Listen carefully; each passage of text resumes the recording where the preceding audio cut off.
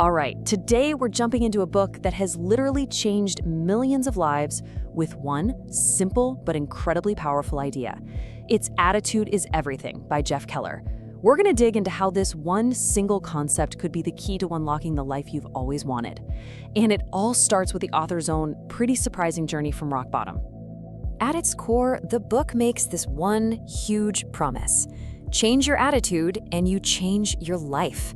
I know, it sounds almost too simple, right? But as we're about to see, the ripple effects of this one idea are absolutely massive. I mean, have you ever been in a spot where you just dreaded getting out of bed in the morning? Where you felt completely stuck, like the weight of the world was on your shoulders? If any of that sounds familiar, you're definitely not alone. In fact, that's the exact place this whole story begins. To really get the power of this idea, we've got to understand where the author, Jeff Keller, was coming from. His journey didn't start in some fancy seminar or boardroom. Nope, it started with him, alone in his den at his absolute lowest point. So picture this. Jeff Keller had done everything right. He'd achieved his childhood dream, graduated from law school, passed the bar, the whole 9 yards. On paper, he was a total success. But the reality, he was completely and utterly miserable. And this wasn't just some bad day at the office feeling. It was physical. He was in constant pain, dealing with a churning stomach and nonstop headaches. He was only in his late 20s, but the stress made him look like he was 40. And spiritually, he just felt empty, dead inside. And then, one night, it all just boiled over. He's sitting there alone, totally burned out, and he says these words out loud to himself. It was this desperate cry for help, and that moment became the turning point that would change absolutely everything. So the big question is, how do you pull yourself out of a spiral like that? Well, the answer came from a place you'd never expect, and it led to this really simple but profound metaphor for how we see the world. Later that same night, he couldn't sleep, and he ends up stumbling upon a 1 a.m. infomercial. Seriously. The program was called The Mental Bank, and it talked all about how our achievements are based on our subconscious beliefs. He was so desperate, he just went for it and ordered it. And that one decision was the spark for his entire transformation. This whole journey led him to this core idea. Attitude isn't just about being positive or negative, it's deeper than that. It's the mental filter that you see and experience literally everything through. Just think about it, right? You can have two people in the exact same situation. The person with the positive attitude, their filter says, I can. They're focused on solutions, they see possibilities. The person with a negative attitude, their filter says, I can't. They just dwell on the problems and see limitations everywhere. It's the same world, but a totally different filter. So the book gives us this amazing metaphor. Imagine your attitude is a window to the world. When we're kids, right, learning to walk, our windows are squeaky clean. We fall down, sure, but we get right back up, probably with a smile, because all we see are possibilities. But then, well, life happens, and it starts throwing dirt on our window. Criticism from people we look up to, ridicule from our peers, rejection, disappointments, doubt. All of these experiences leave smudges and dirt on our window, clouding up our view of the world.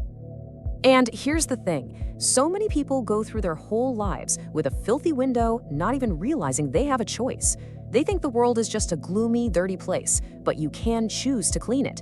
Nobody else can do it for you. It's your job and your choice to grab the squeegee and clear up your view. Okay, so you're ready to clean that window. Awesome, but how? How do you actually do it? Well, the book breaks it down, and it all starts with understanding the insane power of your thoughts. This idea that you're basically a human magnet. It all boils down to this one incredible 6-word sentence from Earl Nightingale. It's presented as both the key to success and the key to failure. It's an idea that thinkers throughout history have all agreed on. Your thoughts shape your destiny, period. They call this the law of dominant thought. Your mind literally acts like a magnet. Whatever thoughts you consistently hold, your dominant thoughts, are what you will attract into your life, good or bad. Positive or negative. What you think about, you bring about. And this kicks off this powerful chain reaction, like a line of dominoes. It all starts with your consistent thoughts. Those thoughts then shape the words you speak. Your words reinforce your beliefs about the world. Those beliefs drive your actions. And finally, your actions get you your results. It's a domino effect that starts right between your ears. Building right on that domino effect, the next piece of the puzzle is all about your words. That's the second domino in the chain, and man, is it a big one. Just think about the simple question we probably answer dozens of times a week. How are you? Your answer almost always falls into one of these three camps. If you say something negative like lousy or don't ask, you're reinforcing a negative reality. A mediocre, I'm okay, or fine literally programs you for a mediocre life. But a positive response? Saying terrific or fantastic, even if you don't totally feel it yet, actually changes your body's chemistry and your whole outlook. So, take a second and be honest with yourself. Which group do you fall into most of the time? Think about it. That one little daily answer is a huge signal and a huge reinforcer of your entire attitude. This all comes back to one single profound truth. And it's a truth that was proven not in some comfortable, easy setting, but in the most horrific circumstances you can possibly imagine. Dr. Viktor Frankl was a prisoner in the Nazi death camps.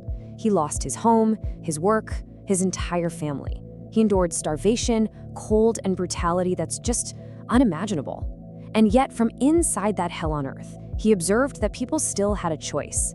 He later wrote that everything can be taken from a person, except for one thing: the freedom to choose your attitude. Just let that sink in for a minute.